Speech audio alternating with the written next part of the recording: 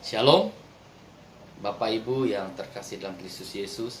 Senang sekali hari ini kita bisa berjumpa kembali dan pada minggu ini saya akan bicara tentang gereja atau eklesia yang beramanat agung. Jadi apa itu eklesia? Kita lihat di dalam 1 Petrus 2 ayat yang ke-9 ya. 1 Petrus 2 ayat 9. Demikian firman Tuhan. Tetapi kamulah bangsa yang terpilih, imamat yang rajani, bangsa yang kudus, umat kepunyaan Allah sendiri, supaya kamu memberitakan perbuatan-perbuatan yang besar dari Dia yang telah memanggil kamu keluar dari kegelapan kepada terangnya yang ajaib. Jadi eklesia ini artinya apa?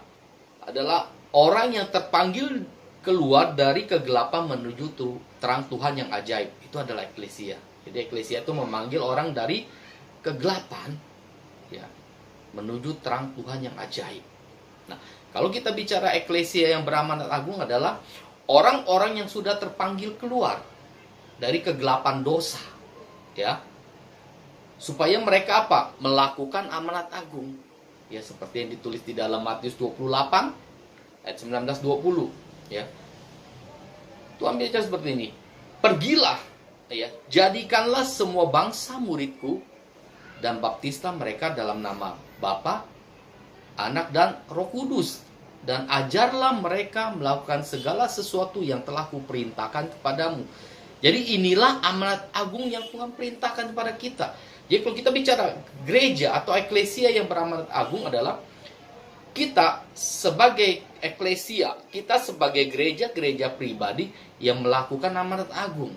Kita pergi untuk menjadikan semua bangsa menjadi murid Kristus. Bagaimana kita jadikan semua bangsa menjadi murid Kristus? Ya Pak, kita beritakan Injil kepada mereka supaya mereka percaya kepada Yesus Kristus dan mereka dibaptis dalam nama Bapa, Putra dan Roh Kudus. Dan setelah itu apa? Kita ajar mereka, kita latih mereka, kita didik mereka untuk apa? Melakukan segala sesuatu yang telah diperintahkan oleh Tuhan Yesus, yaitu apa? Lakukan amanat agung. Ya. Jadi gereja atau eklesia yang beramanat agung adalah kita yang melakukan amanat agung. Ya. Kita semua sebagai orang percaya. Makanya di dalam 1 Petrus 2 ayat 9 katakan, tetapi kitalah bangsa yang terpilih, ya. Tuhan sendiri yang telah memanggil dan memilih kita. Menjadi apa? Menjadi imamat yang rajani, menjadi bangsa yang kudus, umat yang kepunyaan Allah. Untuk apa? Memberitakan perbuatan-perbuatan Allah yang ajaib. Ya. Bagaimana kita bisa menjadi eklesia, menjadi gereja, ya, gereja sebagai pribadi kita ya, menjadi gereja yang melakukan amanat agung, seperti yang telah dilakukan oleh siapa? Oleh rasul-rasul, ya. Kita lihat di dalam Kisah Rasul 2, ya, mulai dari ayat 41, di mana pada saat itu murid-murid di loteng Yerusalem dipenuhi oleh Roh Kudus, dan dengan berani Petrus apa?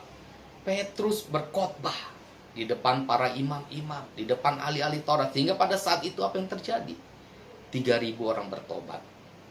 Nah, setelah itu apa yang terjadi? Setelah itu di dalam ayat 41 kita baca semua, itu ditulis apa? Perikopnya, cara hidup jemaat mula-mula, ya, cara hidup gereja mula-mula. Mereka selalu berkumpul. Mereka selalu tekun dalam pengajaran. Ya, mereka selalu berkumpul memecahkan roti.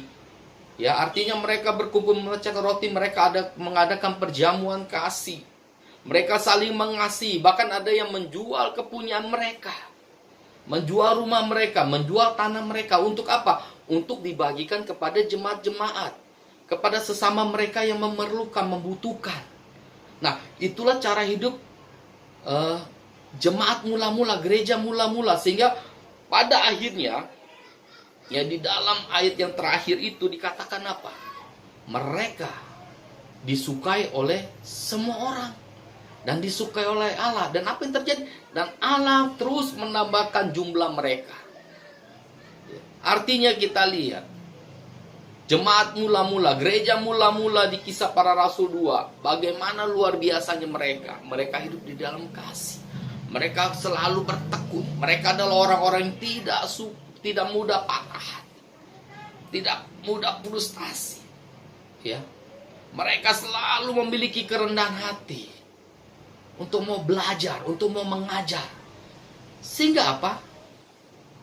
Sehingga perkumpulan mereka ini disegani. Perkumpulan mereka ini disukai bukan saja oleh sesama orang percaya, tetapi mereka yang tadinya anti kepada ajaran Kristus, akhirnya mereka mempunyai simpati dan mereka menyukai perkumpulan-perkumpulan orang percaya, jemaat mula-mula. Sehingga apa? Mereka disukai oleh orang-orang dan juga mereka disukai oleh Allah. Sehingga setiap hari Allah menambahkan jumlah mereka. Artinya apa? Terjadi pemuritan yang luar biasa. Terjadi pertobatan yang luar biasa. Oleh karena apa? Oleh karena cara hidup jemaat mula-mula yang begitu luar biasa. Dan kita sebagai gereja, sebagai eklesia secara pribadi, kita juga ditantang. Kita juga diperintahkan untuk melakukan amanat agung. Untuk melakukan amanat agung Tuhan, ya, seperti yang dilakukan oleh jemaat mula-mula di Yerusalem. Nah, bagaimana caranya kita bisa menjadi gereja yang beramanat agung?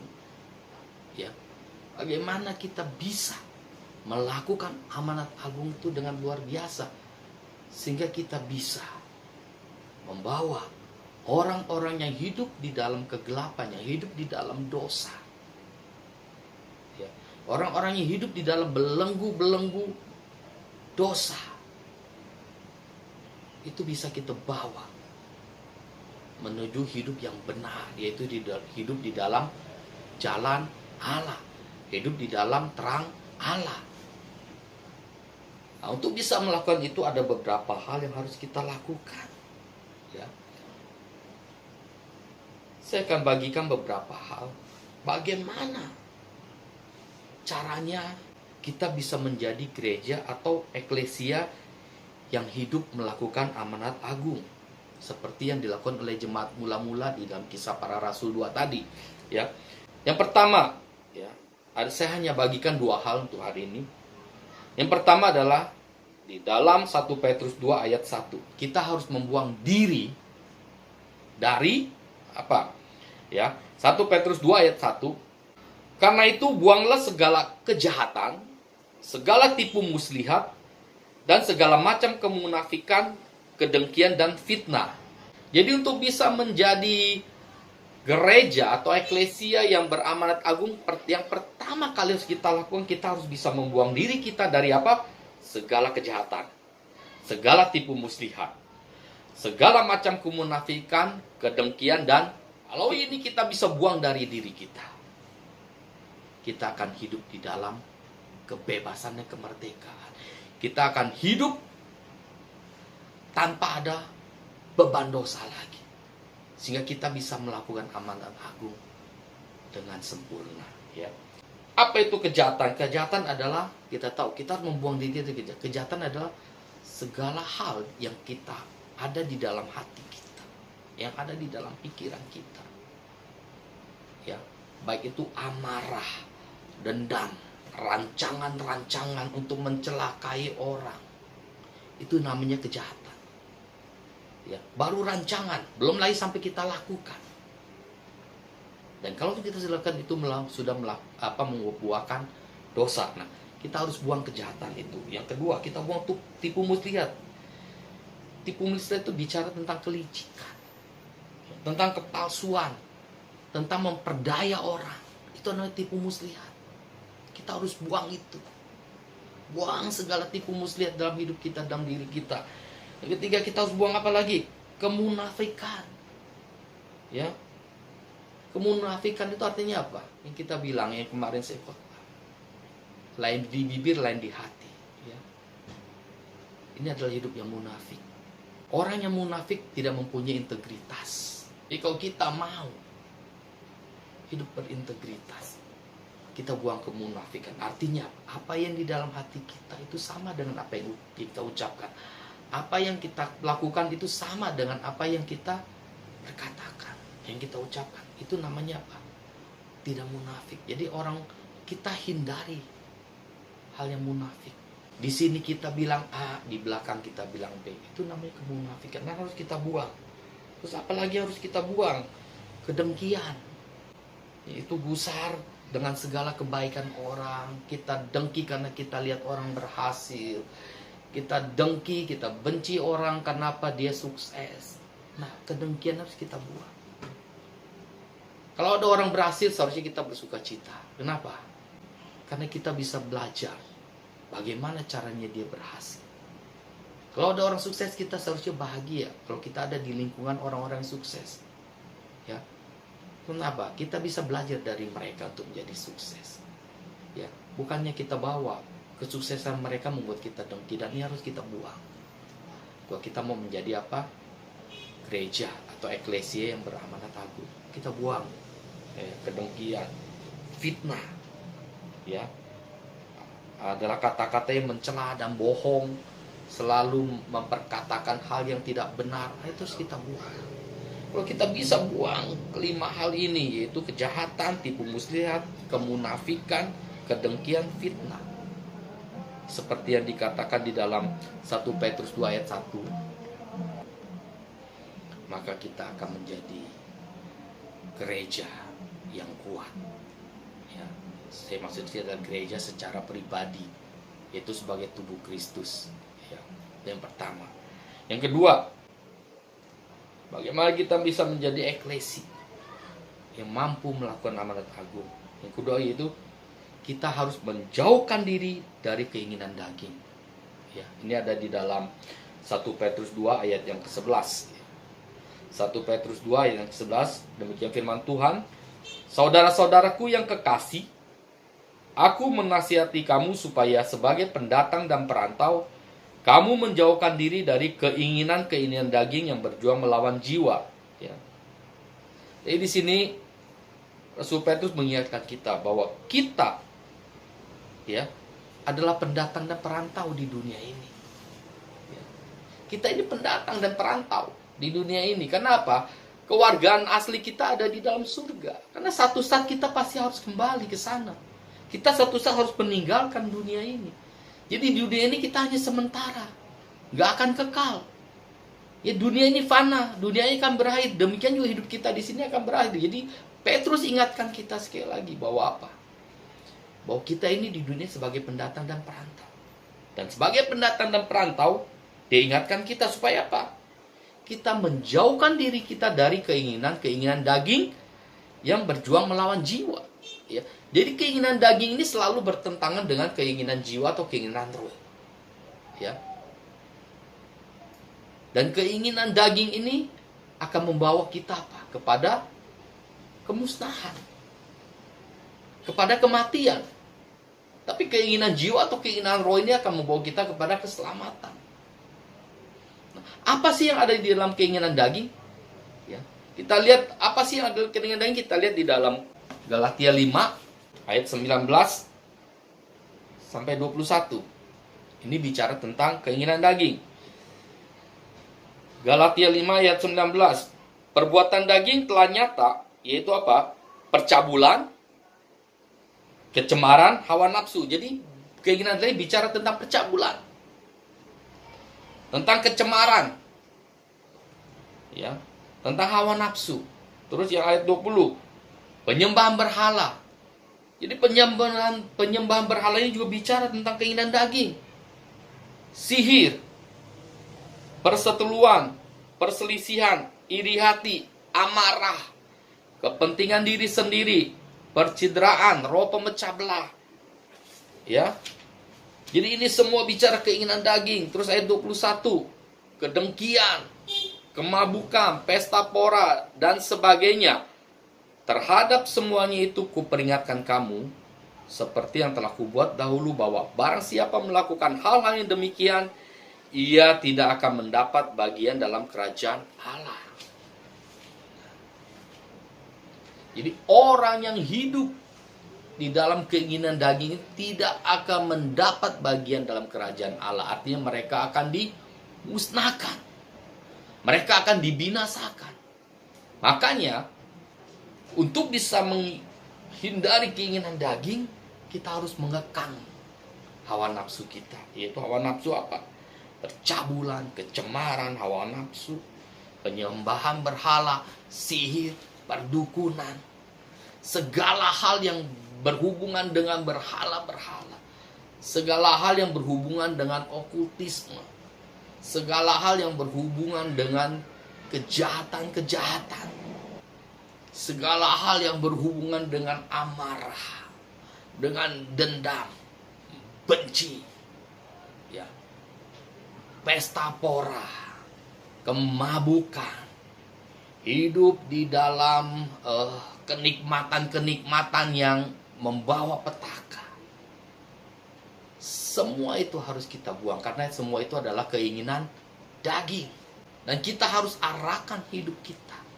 Untuk apa? Untuk hidup di dalam roh. Itu roh yang dipimpin oleh roh Allah. Hidup di dalam kasih. Ya. Hidup di dalam kekudusan. Hidup di dalam kebenaran. Dan hal-hal inilah yang akan membawa hidup kita ini menjadi hidup yang benar. Menjadi hidup yang berdampak. Kalau kita hidup masih dikuasai oleh keinginan daging, ya, kita masih hidup dikuasai oleh kejahatan, munafikan, masih hidup dikuasai oleh tipu muslihat, kedengkian, dendam. Itu artinya apa? Hidup kita belum merdeka. Kalau hidup kita belum merdeka, bagaimana mungkin kita bisa memerdekakan orang? Kalau hidup kita masih ada di dalam kegelapan, bagaimana mungkin kita bisa membawa orang keluar dari kegelapan menuju terang? Nah, untuk bisa menjadi eklesia yang berdampak, menjadi eklesia yang beramanat agung, ayo kita harus menghindari diri kita, ya, membuang diri kita dari kejahatan, membuang diri kita dari tipu muslihat, membuang diri kita dari kemunafikan, membuang diri kita dari kedengkian, membuang diri kita dari fitnah. Terus yang kedua, mari kita menjauhkan diri kita dari keinginan daging. Ya. Jadi, Bapak Ibu, supaya kita bisa menjadi seperti rasul-rasul, seperti jemaat mula-mula yang begitu luar biasa, yang begitu membawa dampak yang positif sehingga hidup mereka disenangi, disukai oleh semua orang, bahkan disukai oleh Allah. Dan Allah selalu menambah jumlah mereka. Artinya Allah selalu membuat mereka itu bisa memenangkan jiwa-jiwa, bisa menyelamatkan jiwa-jiwa. Karena mereka apa?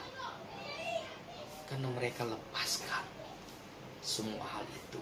Sehingga mereka apa?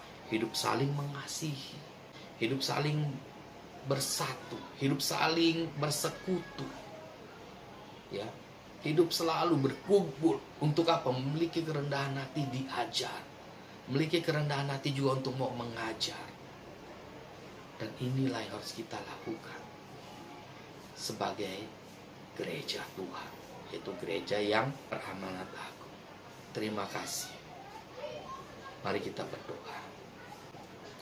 Bapa, di dalam nama Tuhan Yesus, ialah firman pada hari ini bukan saja mengajarkan kami semua agar kami menjadi gereja-gereja Tuhan yang beramanat agung, tapi kami sungguh-sungguh dapat melakukan amanat agung Tuhan sehingga kami boleh menjadikan semua bangsa menjadi murid Tuhan dengan cara Beritakan Injil pada mereka sehingga mereka percaya dan dibaptis di dalam nama Bapa, Anak, dan Roh Kudus. Dan biarlah kami juga mampu mengajarkan mereka untuk melakukan segala sesuatu yang telah Engkau perintahkan.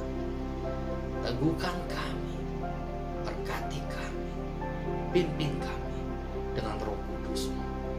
Terima kasih Bapa. Jadikan kami sebagai gereja, sebagai eklesia yang beramanat agung yang akan menyelamatkan banyak jiwa-jiwa.